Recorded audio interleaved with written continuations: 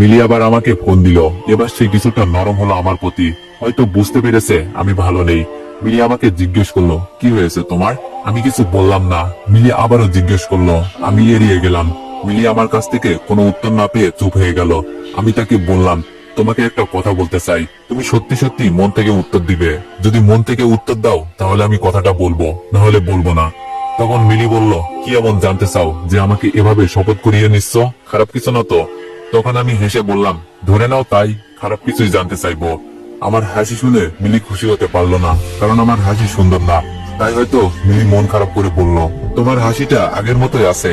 একটা মানুষ এত বিস্ত্রী ভাবে হাসতে পারে, তোমার হাসিটা না শুনলে বুঝতাম না। আমি আবারও আমার বিস্ত্রী হাসি হেসে বললাম, মিলি, এই 2 বছরে তুমি কখনো আমাকে মনে করেছো, কিংবা আমার জন্য চোখের জল ফেলেছো?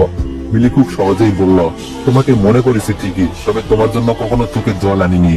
আমি অবাক হলাম না, কারণ আমি জানতাম মিলির এতটা কাছের মানুষ আমি কখনোই হতে পারিনি যে আমি তার জীবন থেকে চলে আসতে সে চোখের জল ফেলবে। কিছু মানুষকে ভালোবাসলেও তাদের কাছের মানুষ হওয়া যায় না। আমিও হয়তো তেমন একজন মানুষকে ভালোবেসেছিলাম। আমি কিছুটা সময় নীরব থাকলাম, তারপর বললাম, আমি চলে যাওয়ার পর কি তোমার জীবনে কেউ বিশেষ কেউ এসেছিল, কিংবা কারোর সাথে খুব ভালো থাকার মতো সম্পর্ক হয়েছিল তোমার?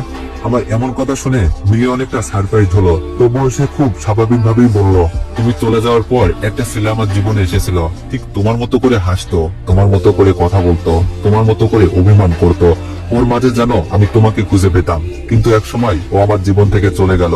কি কারণে আমাকে ছেড়ে চলে গিয়েছে সেটা আজও আমার কাছে অজানা। মিলির মুখ থেকে কথাগুলো শুনে অনেক বেশি খারাপ লাগলো আমার। বুকের বাম পাশে প্রচন্ড ব্যথা অনুভব করলাম। মনে হলো বুকের ভেতর থেকে ছিন্ন ভিন্ন হয়ে কোনো কিছু বের হতে আসতে চাইছে। নিজের এক সময়কার ভালোবাসার মানুষের কাছ থেকে এরকম কিছু কথা শুনলে কার না খারাপ লাগবে? আমরা ভাবি আমাদের ভালোবাসার মানুষটা হয়তো আমাদেরকে এখনো বলতে পারেনি, আমাদের জন্য এখনো মাঝরাতে একাকী নীরবে চোখের জল ফেলে। কিন্তু বাস্তবতা হলো আমাদের প্রিয় মানুষটা আমাদেরকে মনে রাখে না, আমাদের জন্য কাঁদে না। সে নিজেকে নিয়ে ব্যস্ত হয়ে পড়ে, অন্য কারোর চোখের জল মুছে দেওয়াটাই জীবনের সার্থকতা মনে করে। আমাদেরকে মনে করার সময় তার হয় না। আমি দুঃখ ভারাক্রান্ত মন নিয়ে মিলিকে বললাম, ছেলেটা বুঝে আমার থেকে অনেক সুন্দর ছিল, তোমাকে অনেক ভালো রাখতো? তখন মিলি বলল, সেটা জানি না, তবে তার সাথে যতদিন ছিলাম ততদিন তোমাকে খুব একটা মনে হয়নি। আমার মনে হয়নি বললে ভুল হবে, ও আমাকে তোমার কথা মনে করতে দেয়নি। এর জন্যই হয়তোবা তোমাকে ফোন না দিয়ে থাকতে পেরেছি। আমি বললাম, তার মানে ওই ছেলেটা যদি তোমার জীবন থেকে চলে না যেত তাহলে আমাকে কখনোই ফোন দিতে না, আমার সাথে যোগাযোগ করতে না। তোমার বিচ্ছেদটাই আমার সাথে যোগাযোগ করতে তোমাকে বাধ্য করেছে। মিলি বলল, হ্যাঁ, এমনটাই ধরে নিতে পারো। আমি বললাম, আচ্ছা বলো তো, আমাদের দুজনের মাঝে এখন তোমাকে কাকে বেশি মনে পড়ে? মিলি বলল, তোমাকে মনে পড়ে। ও চলে যাওয়ার পর তোমাকে অনেক মনে হতো, তোমার সাথে অনেকবার যোগাযোগ করতে চেয়েছি, পারিনি। তোমার নাম্বারটা হারিয়ে ফেলেছিলাম, পরে অনেক কষ্ট করে জোগাড় করেছি। আমি বললাম, শুনে ভালো লাগলো। আমি চলে যাওয়ার পর তুমি অনেক ভালো ছিলে। মিলি বলল, আমার সাথে ব্রেকআপের পর তোমার জীবনে কোনো মেয়ে আসেনি? ওয়েট ওয়েট ওয়েট, দুইটা কথা বলবো। জানি তোমাদের খারাপ লাগবে, কিন্তু না বলেও থাকতে পারলাম না। একটা ছেলে সারাদিন কষ্ট করে ভিডিওগুলো মেক করে, আর তোমরা হয়তো জানোই একটা ভিডিও মেক করতে কতটা কষ্ট হয়। কিন্তু তারপরও তোমরা কি করতেছো? গল্পগুলা কপি করে নিজেদের আইডিতে ছাড়তেছো। তো যাই হোক, এটা নিয়ে আমার কোনো মাথা ব্যথা নেই। মাথা ব্যথা হলো তোমরা গল্পগুলোর নাম চেঞ্জ করে তোমাদের আইডিতে ছাড়তেছো। কিন্তু আমি অনেক টিকটক আইডি দেখলাম যারা আমার গল্পগুলো ছেড়ে মিলিয়ন মিলিয়ন ভিউ কামাচ্ছে, কিন্তু আমার টিকটক আইডিতেই কোনো ভিউ নেই। আর পরশুদিন আমি আমার টিকটক আইডিতে মায়ের বাদন গল্পের ফার্স্ট পার্ট আপলোড করি, জানি না কি কারণে আর আইডিতে ভিডিওটা শো করছে না। তো যাই হোক ভাই, তোমাদের একটা কথাই বলবো, তোমরা গল্প ছাড়ো ব্যাপার না, কিন্তু আমারে মেনশন করে দিও আর গল্পের নাম চেঞ্জ করো না প্লিজ। আর আমার রিয়েল টিকটক আইডি হলো এমআর দীপ হোসেন 8, আর YouTube channel voice of Dip official. তো চলো গল্পে ফিরে যাওয়া যাক। আমি বললাম, সেটা তো তুমি জানো, এ কারণেই তো আজ আমি নিঃস্ব।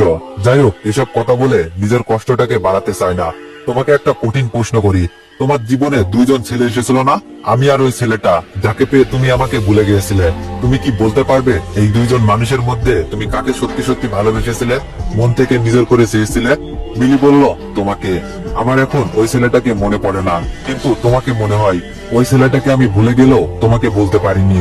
আমি বললাম, মিলি, তোমার মন অনেক মিথ্যা বলে, মনকে বোঝাও, এত মিথ্যা বলা ভালো না। সত্য কি জানো, তুমি আমাকে কখনো ভালোই বাসনি।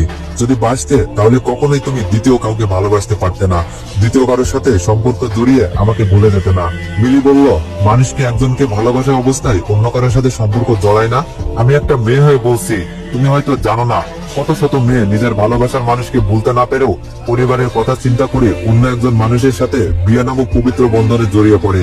তারা কি একজনকে ভালোবাসার অবস্থায় অন্য কারোর সাথে চিরদিনের জন্য নিজেকে জড়ায়নি? আমি না হয় রিলেশনে জড়িয়েছিলাম, কিন্তু তুমি কি করেছো? তোমার থেকে বয়স বড় একটা মহিলার সাথে অবৈধ সেক্সুয়াল সম্পর্কে জড়িত হয়েছো। তাহলে বলো তুমি আমাকে কতটা ভালোবাসতে, যার জন্য এরকম একটা অবৈধ ফিজিক্যাল রিলেশন করতে পেরেছো? আমি বললাম, আমি তোমাকে আমার ভালোবাসার প্রমাণ দিতে চাই না, কিংবা বিশ্বাসও করাতে চাই না আমি নির্দোষ। যেখানে আমার বাবা মাকেই বিশ্বাস করাতে পারেনি, সেখানে তোমাকে বিশ্বাস করিয়ে কি লাভ? এমন না তো যে তোমাকে বিশ্বাস করাতে পারলে সারা দুনিয়ার কাছে আবার আগের মতো বিশুদ্ধ হয়ে যাব। মিলি ফোনটা রেখে দেয়। কেন এমন করলো জানি না। পরে যখন ফোন দিলাম তখন ফোন বন্ধ পেলাম। এখন প্রায় রাত 1টা বাজে। ফুটপাতের মানুষগুলো ঘুমিয়ে গিয়েছে। জনমানব শূন্য স্থানে যেমনটা নীরবতা বিরাজ করে, ঠিক সেরকমই নিস্তব্ধতা বিরাজ করছে এখন। দুই একটা কুকুর মাঝে মাঝে গেউ গেউ শব্দ করে উঠছে। এছাড়া আর কোনো শব্দ আমার কানে আসছে না। আমার একটু ভয় হতে লাগলো। এত রাতে একা একা কখনো এমন অবস্থায় পড়িনি, তাই ভয় হওয়াটা অস্বাভাবিক কিছু না। হঠাৎ করে দূরে একটা বেঞ্চিতে আমার চোখ আটকে গেল।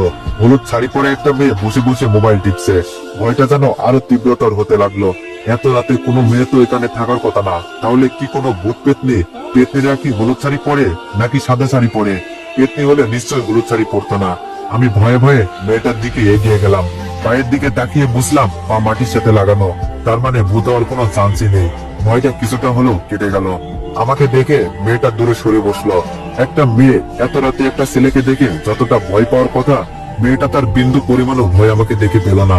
বরং খুব সাহস নিয়ে জিজ্ঞেস করলো, কিছু বলবেন? এত রাতে এখানে কি করছেন? এরকম ভূত পেতনি আমার অডিয়েন্সদের কপালেও জোটে না। আমি মেয়েটার এমন প্রশ্ন শুনে থমকে গেলাম। আমি তার প্রশ্নের উত্তর না দিয়ে বললাম, আমি তো একটা ছেলে, তাই এত রাতে একা ঘোরাটা খুব কমন বিষয়। কিন্তু আপনি একটা মেয়ে হয়ে এত রাতে এখানে কি করছেন, তাও আবার গায়ে হলুদ শাড়ি? তখন মেয়েটা যা বললো তা শুনে কিছুক্ষণের জন্য বোবা হয়ে গেলাম। মেয়েটা বলল, আসলে আমি আমার বয়ফ্রেন্ডের জন্য অপেক্ষা করছি। ওর আসার কথা 12টার সময়, কিন্তু 1 ঘন্টা পার হয়ে গেল, এখনো আসলো না। তাই বাধ্য হয়ে বসে আছি। ও আসলেই ওর সাথে চলে যাব। আমি তার ব্যাপারে ক্লিয়ার হওয়ার জন্য বললাম, বিয়ে বাড়ি থেকে পালিয়ে এসেছেন?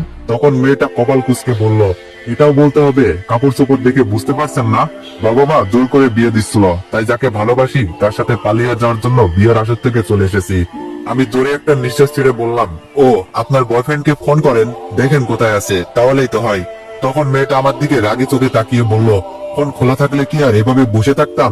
সেই কখন থেকে ফোন দিচ্ছি, ফোন বন্ধ দেখাচ্ছে। আমার কথা বাদ দিন, আপনি এত রাতে এখানে কেন? আপনারও কি আমার মতো সেম কেস নাকি? গার্লফ্রেন্ডকে নিয়ে ভাগিয়ে যাবেন নাকি? আমি বললাম, না না, এমন কিছু না। তখন মেয়েটা বলল, তাহলে কেমন কিছু? মানে কি জন্য এত রাতে এখানে ব্যাগপত্র নিয়ে ঘুরছেন? আমি যখন মেয়েটাকে কিছু বলতে যাব, ঠিক তখনই কিছু মানুষ এসে আমাদের দুইজনকে ঘিরে ফেলে। একজন 25-26 বয়সের যুবক আমার কলার চেপে ধরে। মেয়েটাও প্রচন্ড ভয় পেতে লাগলো।